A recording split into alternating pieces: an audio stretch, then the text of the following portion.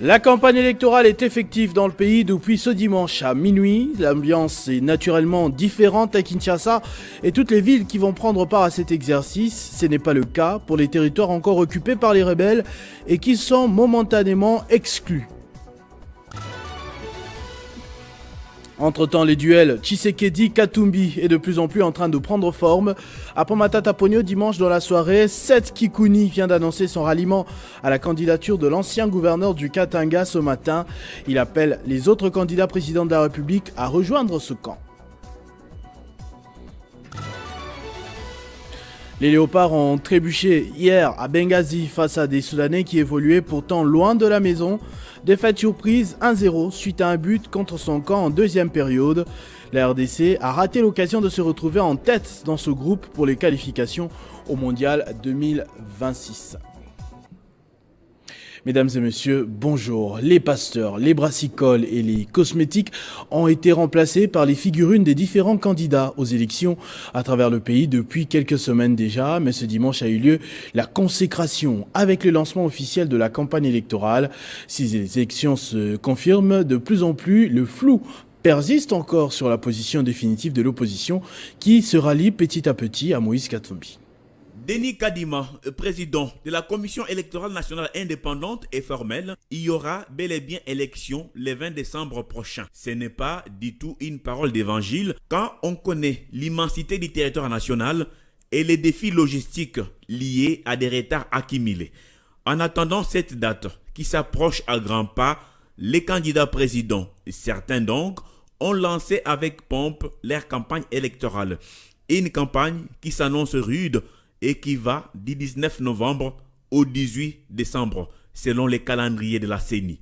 Félix Tshisekedi, président sortant et candidat à sa propre succession, a réuni du monde au stade des martyrs dans une rhétorique offensive et des attaques directes à ses détracteurs et challengers. Félix Tshisekedi s'est dit très optimiste quant au renouvellement de la confiance par ses électeurs. Du côté de l'opposition, Moïse Katumbi Chapwe, pressenti et candidat commun de l'opposition, si on s'en tient à la déclaration faite par Augustin Matata Ponyo qui a annoncé dimanche soir son désistement en faveur de l'homme de Kashobwe, tout comme Seth Kikuni ce lundi avant midi. Moïse Katumbi attend fortement mobiliser la population ce lundi 20 novembre à Kisangani pour lancer officiellement sa campagne électorale. Le président du tout-puissant Mazembe a, selon certaines indiscrétions, mobilisé tous les moyens logistiques pour une campagne électorale réussie. Pendant ce temps, les autres poids lourds de l'opposition, en l'occurrence Martin Fayoulou, qui lui aussi a fait les cartons pleins à Bandundu, le prix Nobel de la paix de Mukwege et Delice Sanga, entretiennent du suspense, au mieux un flou sur la question de la candidature commune de l'opposition afin de faire face à Félix Tshisekedi. L'opposition congolaise ira-t-elle à ces élections divisées? Attendons voir ce que nous réservent les heures, les jours ou même les semaines qui nous approchent de la date butoir du 20 décembre 2023.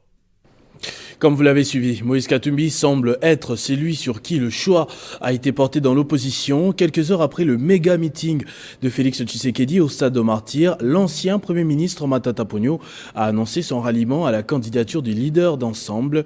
Le ticket a été rejoint par Seth Kikuni ce matin dans une déclaration appelant les autres candidats à faire de même. Avec les débuts de la campagne électorale, le peuple congolais a une fois de plus rendez-vous avec l'histoire et aussi avec les urnes. C'est le 4e cycle électoral de la 3e République. Après 2006, 2011 et 2018, le moment est crucial car il s'agit de renouveler les animateurs des institutions issues des scrutins de décembre 2018. Si le président sortant Félix Tshisekedi a la certitude de remporter haut la main la présidentielle du 20 décembre prochain, il a visiblement choisi son principal challenger, à savoir Moïse Katumbi Chapwe, à qui il ne rate pas de régler les comptes à chaque fois qu'il en a l'occasion. Entre les deux prétendants, il y a un duel à distance qui réserve bien des surprises. Des surprises, bien sûr, c'est le ralliement du très crédible Premier ministre Augustin Matata Ponyo qui a renoncé à la course présidentielle. Il a fait savoir dans une vidéo postée sur son compte Twitter.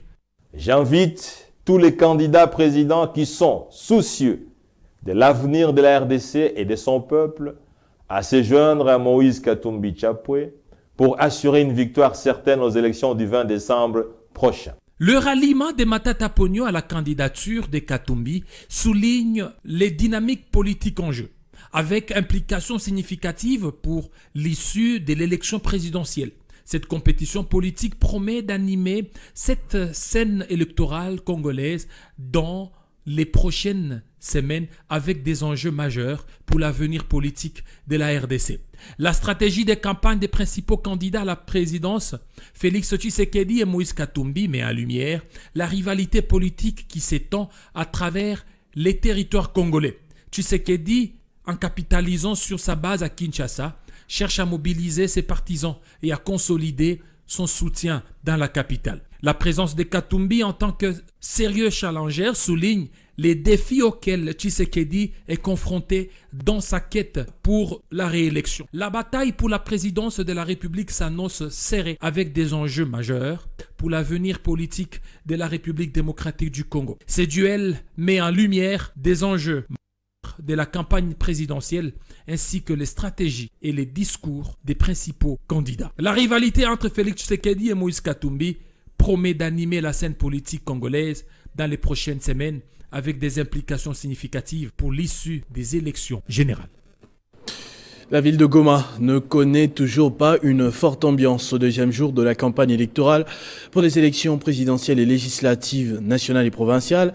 Si pour certains candidats, ils attendent les 2 dernières semaines pour mener des grandes actions directement, les autres étaient déjà visibles dimanche dans les rues de la ville volcanique pour essayer de convaincre la population de voter pour eux. Ce constat est de notre permanent sur place à Goma. Pachikou Kavundaba. Au deuxième jour de la campagne électorale sur l'ensemble de la RDC, la ville de Goma au Nord Kivu ne connaît toujours pas une forte ambiance électorale comme cela avait été le cas lors de la campagne électorale de 2018. Comme vous pouvez le remarquer sur ces images, plusieurs panneaux d'affiches ou de publicités restent inoccupés, contrairement aux anciennes périodes de campagnes électorales. Si pour les uns, les moyens financiers font encore défaut, les autres ont déjà répondu présent, car dès les premiers jours de cette campagne électorale le dimanche, les affiches de quelques candidats députés nationaux et provinciaux étaient visibles sur différentes artères de la ville de Goma. Jusque-là, seuls les candidats de l'Union sacrée pour la nation, qui soutiennent aussi la candidature de Félix Antoine Tshisekedi à la prochaine présidentielle, sont présents dans des endroits chauds de la ville pour essayer d'expliquer ce qu'ils vont faire une fois élus députés. Par contre, ceux de l'opposition ne sont pas encore visibles. Selon une certaine opinion, plusieurs candidats attendent les derniers jours de la campagne électorale pour mener de grandes actions. Peu avant même le début de la campagne proprement dite, plusieurs affiches de candidats étaient déjà visibles dans les rues de Goma. Début timide également de la campagne électorale dans la ville de Kalemi. Malgré l'engouement observé hier à Kinshasa, les habitants de la population du Tanganyika doutent encore de l'effectivité de ces élections. Explication de notre correspondant sur place, Mathias Makolovera. En effet, depuis le lancement de la campagne électorale par la Commission électorale nationale indépendante CENI, la situation est observée de manière timide dans la province du Tanganyika en général et en particulier dans la ville de Kalemi. L'on peut voir sur les artères principales de la ville de Kalemi quelques affiches de candidats portant leur visage et leur numéro d'ordre. Mais l'engouement n'est pas vraiment au zénith. L'on se pose des questions si tout le monde s'observe ou encore les doutes planent encore sur l'effectivité de l'organisation du processus électoral prévu le 20 décembre prochain.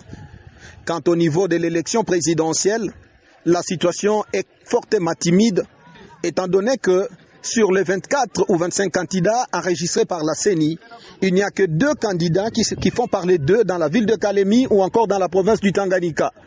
En premier lieu, l'aiguille penche vers Félix Antoine Tshisekedi Tshilombo, candidat à sa propre succession. Et d'autres parlent encore de Moïse Katumbi Chapwe, candidat de Ensemble pour la République. Cependant, les élections elles-mêmes convoquées Avant cette date du lancement de la campagne électorale, la Commission électorale nationale indépendante, secrétariat provincial du Tanganyika, a réuni tous les candidats à l'élection législative nationale et provinciale dans la salle de plénière de l'Assemblée provinciale du Tanganyika afin de partager quelques expériences et informations relatives à l'organisation de cette élection. Plusieurs questions ont été au rendez-vous. Plusieurs questions étaient au rendez-vous. Le doute des candidats était surtout sur le retard de déploiement de matériel qui, jusqu'à présent, n'ont pas encore atteint la ville de Kalemi, pour ne pas parler les 134 940 km² que compte la province du Tanganyika sur l'ensemble de ces 6 territoires. À Mbujimayi, chef-lieu de la province du Kassai-Oriental, le premier jour de la campagne a été timide également sur la ville et dans les cités des territoires. Toute la journée, les activités du dimanche se sont déroulées normalement. C'est tard dans la soirée que les regroupements ont été quelque peu visibles dans les grandes artères de la ville. C'est un dimanche ordinaire comme les autres en Mbujimayi.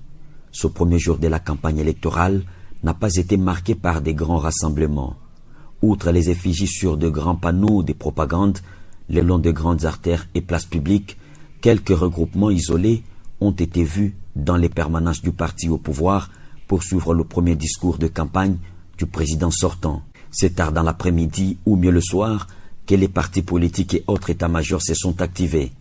Drapelets, banderoles, véhicules et motos de campagne sont alors visibles dans certains grands coins et artères principales de la ville. En tout cas, le début de cette campagne électorale est marqué par une grande méfiance des part et d'autres, candidats et électeurs. 24 heures après, la campagne électorale est toujours timide. Ce lundi donc, quelques équipes seulement sont sur les routes de la ville, mais aucun discours de campagne à proprement parler n'a encore été suivi. Guerre en Israël, Hamas, un accord sur la libération des otages est proche selon le Qatar. Il ne reste à résoudre actuellement que quelques obstacles mineurs. Il est proposé entre autres une pause humanitaire dans la bande de Gaza. C'est ce qu'a déclaré ce dimanche le Premier ministre du Qatar, Sheikh Mohammed bin Al-Thani, tout en précisant que seuls les éléments pratiques et logistiques bloquent encore le processus. En sport, les Léopards ont chuté hier à Benghazi face au Soudan en match comptant pour la deuxième journée des éliminatoires de la Coupe du Monde 2026. Tout à l'heure, DCMP et Renaissance vont s'affronter au stade Tata Raphaël pour le compte de la Ligue 1. Le point avec Christian Bokaya qui me rejoint de l'autre côté du plateau. Christian, bonjour et bienvenue. Voici Christopher, bonjour à vous, merci beaucoup. Mauvaise nouvelle pour les Léopards, déjà dans les pétrins, dans les cadres d'éliminatoire mondial 2026. Oui, Christopher, les Léopards de la RDC ont enregistré hier leur premier revers dans ces éliminatoires de la Coupe du Monde 2026. Obligés de gagner pour se rapprocher petit à petit de leur mission, celle de se qualifier à la Coupe du Monde. La bande à Sébastien Desabre a fait un faux pas face au Soudan hier, c'était bien sûr en Libye, avec une équipe remaniée à 80%, 1-0, c'est bien le score qui a sanctionné cette rencontre. Il faut signaler que les Léopards retrouvaient petit à petit leur niveau d'antan depuis l'avènement de Sébastien Desabre à la tête du staff technique des Léopards de la RDC. Présentement, les Fauves congolais devront se concentrer pour la troisième journée, ce sera bien sûr au mois de juin 2024, face au Sénégal. Une troisième journée qui sera précédée de la CAN au mois de janvier et février en Côte d'Ivoire. Et pour cette CAN, Sébastien Desabre peut retenir jusqu'à 27 joueurs au lieu de 23, comme la Confédération africaine de football l'avait annoncé précédemment. Sur le continent, certaines nations ont profité pourtant pour faire carton plein. C'est le cas de Fennec d'Algérie. L'Algérie qui a fait carton plein à l'issue de la deuxième journée de ses éliminatoires de la Coupe du Monde 2026. Après avoir étrillé la Somalie le mercredi dernier, les Fennec ont battu hier, bien sûr, le Mozambique grâce aux réalisations des Chaibi et Zerouki aux 69e et 80e minutes de jeu. La nation qui peine à décoller dans ses éliminatoires. C'est bien le Nigeria. Le Nigeria qui a été accroché de nouveau par les Warriors du Zimbabwe sur le score d'un but partout. C'était le même scénario contre les Lesotho lors de la première journée des éliminatoires disputées bien sûr le jeudi dernier. Les Super Eagles peinent en tout cas à retrouver aussi leur niveau en l'absence des Victor Osimhen. De son côté, le Sénégal, logé dans le même groupe que la République démocratique du Congo, a démarré ses éliminatoires avec manière. Les Lions de la Teranga ont littéralement battu le Soudan du Sud samedi. C'était bien sûr sur le score de 4-0 au stade Abdoulaye Wade. Le champion d'Afrique en titre sera reçu demain sur la pelouse des éperviers du Togo pour le compte de la deuxième journée. Un match que les Congolais devront suivre de près puisque, je l'ai rappelé, la RDC partage le même groupe avec le Sénégal, le Soudan du Sud, le Soudan, et la Mauritanie et le Togo. Ligue 1, Mazembe et Lupopo enchaînent, V-Club traîne. L'association sportive V-Club peine à briller dans cette 29e édition de la Ligue nationale de football. Déjà, 2 défaites de suite dans cette phase retour pour l'AS V-Club, soit 6 au total après 11 journées. La dernière en date est celle enregistrée samedi face à Maniema Union de Kindu. Malgré les renforts de Joey Samampeko et d'autres anciens joueurs, V-Club a été battu petitement dans la bataille des Verts et Noirs et compromet petit à petit ses chances de qualification à la phase de play-off ce lundi. On assistera au derby quinois qui verra l'Olympique Club Renaissance du Congo s'affronter avec son éternel rival, le Daring Club Motema Pembe. Ce sera bien sûr au stade Père Raphaël de la Queutule. Dans le groupe A, le tout-puissant Mazembe Anglebert reprend confiance après avoir étrié bien sûr l'US Chinkunku. C'était hier sur le score des 4-0. C'était bien sûr grâce au but de Fili Traoré qui a signé un doublé. Glody Likonza, Luis Ochanga avait également participé à ces festivals début. Au stade Dominique Diour de Kolwezi, le FC Santelor Lupopo a atomisé le FC Blessing. Les cheminots ont fait le job grâce au but de Peter Ikoyo Yembe, Patou Kabango Moulota sur penalty et Orso Mwaku, alors que la réduction du score de Blessing porte la signature de Ngita Kambanga. Dans l'autre match joué bien sûr hier, l'AS Simba de Kolwezi a battu petitement l'US Panda B52 de Likasi. Voilà ce qu'on pouvait dire sur le championnat national de la Ligue 1. On va terminer avec la Ligue des champions féminines où Mamelody Sundowns affrontait le Sporting de Casablanca en finale. Le Sporting de Casablanca, club novice en tout cas, sur l'échelle continentale puisqu'il participait pour sa première fois à la Ligue des champions féminines. Oui, Christopher, le club sud-africain a pris les dessus hier en finale sur le club marocain des Sporting de Casablanca en s'imposant sur un score sans appel de 3-0. C'était bien sûr grâce au doublé des Refiloué et une autre réalisation de Boitou Melo. Mamelody Sundowns a été sacré pour la deuxième fois puisque son dernier sacre remonte en 2021 et décidément l'Afrique du Sud devient une bête noire pour le Maroc. Rappelez-vous, l'Afrique du Sud avait privé au Maroc la première édition de Super Ligue africaine. Effectivement chez les messieurs, mais également au niveau de la Coupe d'Afrique des Nations. Merci Christian Bokaya pour toutes ces informations. On espère que les choses iront beaucoup mieux pour nos léopards notamment et qu'on va suivre, comme vous l'avez dit, avec grand intérêt cette rencontre décisive entre le Sénégal et le Togo qui tracera le lit de ce qui sera de la qualification. Effectivement, le chemin à parcourir pour atteindre l'Amérique sera très long, pratiquement 10 journées. Alors on ne devra pas enterrer l'équipe nationale à l'issue de la deuxième journée puisque autant nous on a fait un faux pas, autant le Sénégal ou d'autres nations peuvent aussi trébucher. Bref, nous croisons les bras pour voir ce que ces léopards-là vont nous proposer lors de prochaines journées. Merci Christian. C'est moi qui vous remercie. Ce journal est terminé. Je vous en rappelle tout de suite les principaux titres. La campagne électorale est effective dans le pays depuis ce dimanche à minuit. L'ambiance est naturellement différente à Kinshasa et toutes les villes qui vont prendre part à cet exercice. Ce n'est pas le cas pour les territoires encore occupés par les rebelles et qui sont momentanément exclus du processus. Entre-temps, le duel Tshisekedi-Katumbi est de plus en plus en train de prendre forme. Après Matata Ponyo, dimanche dans la soirée, Seth Kikuni vient d'annoncer son ralliement à la candidature de l'ancien gouverneur du Katanga. Il appelle les autres candidats présidents de la République à rejoindre ce camp. Les léopards ont trébuché hier à Benghazi face à des Soudanais qui évoluaient pourtant loin de la maison. Défaite surprise 1-0 suite à un but contre son camp en deuxième période.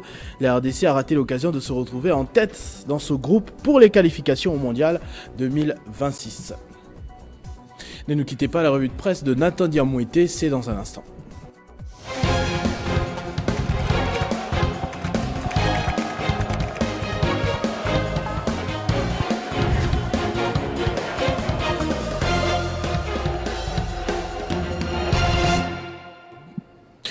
Alors, tel qu'annoncé tout à l'heure, Nathan Diamouité va me rejoindre de l'autre côté du plateau pour la lecture des journaux. Bonjour et bienvenue Nathan. Bonjour Christopher Ochokou, merci.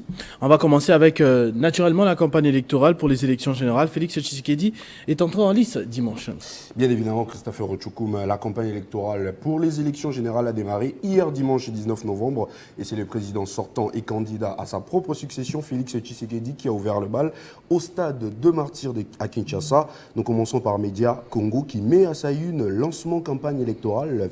Tshisekedi loue son bilan et s'attaque de nouveaux candidats de l'étranger. Christopher, ce média en ligne développe ce qui suit. C'est un premier test grandeur nature de Félix Tshisekedi pour la campagne électorale qui s'annonce très houleuse. Bien après son grand oral, cette fois face à une foule compacte, le chef de l'État sortant s'est livré à énième exercice de redevabilité visiblement détendu. Les candidats portés par l'Union sacrée de la nation a de nouveau taclé certains de ses challengers qu'il dénonce avoir des agendas cachés contre la République démocratique du Congo. Parmi les propos forts de Félix Tshisekedi que ce média rapporte, il y a ceci, je cite, que ceux qui ont cru que le Congo leur appartient, qu'ils se préparent, la République démocratique du Congo et à nous tous, ça appartient à Dieu. Ils n'ont rien compris l'essence de notre démarche, celle de consacrer ces pays entre les mains de Dieu, a-t-il indiqué Christopher Ochokoum. La même information est abordée également par Actualité.cd qui titre à son tour à la une, Félix Tshisekedi lance sa campagne avec une rhétorique offensive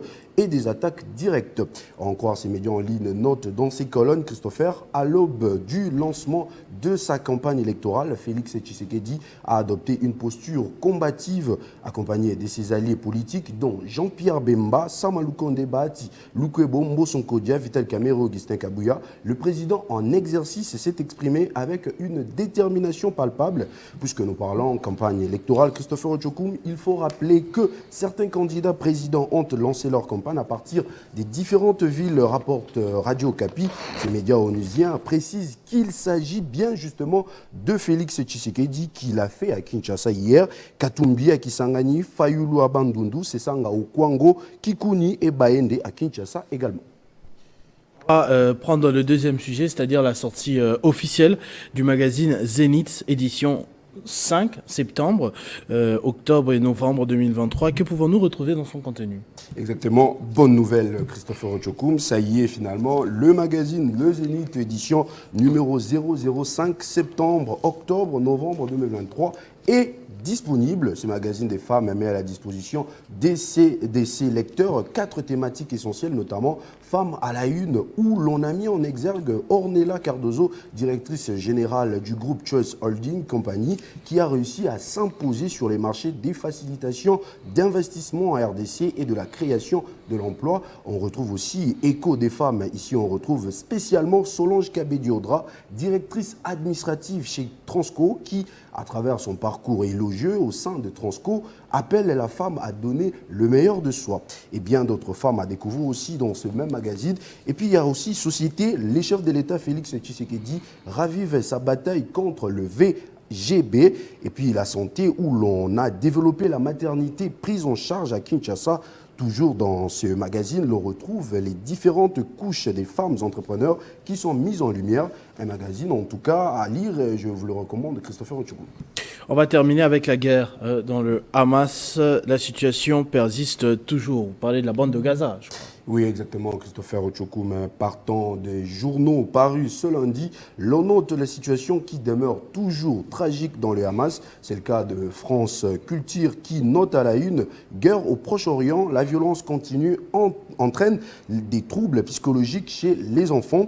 Il y a les bilans humains annoncés toujours plus lourds, mais aussi les blessures qui ne voient pas après un mois et demi de guerre entre Israël et le Hamas auprès d'enfants atteints des troubles psychologiques. Emmanuel Macron déplore de trop nombreuses pertes civiles à Gaza et rappelle au Premier ministre israélien Benjamin Netanyahou la nécessité absolue de distinguer les terroristes de la population. Les négociations sur la libération des otages retenus par le Hamas se poursuivent. Le même sujet est également abordé par le média en ligne TV5 Monde qui titre, Christopher Ochokoum, poursuite des combats à Gaza et des pourparlers pour libérer les otages. Dans son développement, il rapporte que le Hamas ne cesse de répéter que l'armée israélienne mène une guerre contre les hôpitaux alors qu'Israël accuse le mouvement islamiste de se servir de ces établissements à des fins militaires. Le Hamas dément depuis les années utiliser les hôpitaux à des fins militaires et a répondu que les images d'otages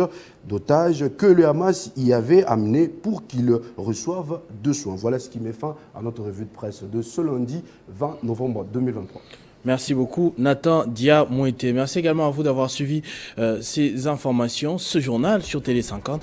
Restez fidèles à nos programmes. Vivez heureux, vivez 100 ans, mesdames et messieurs.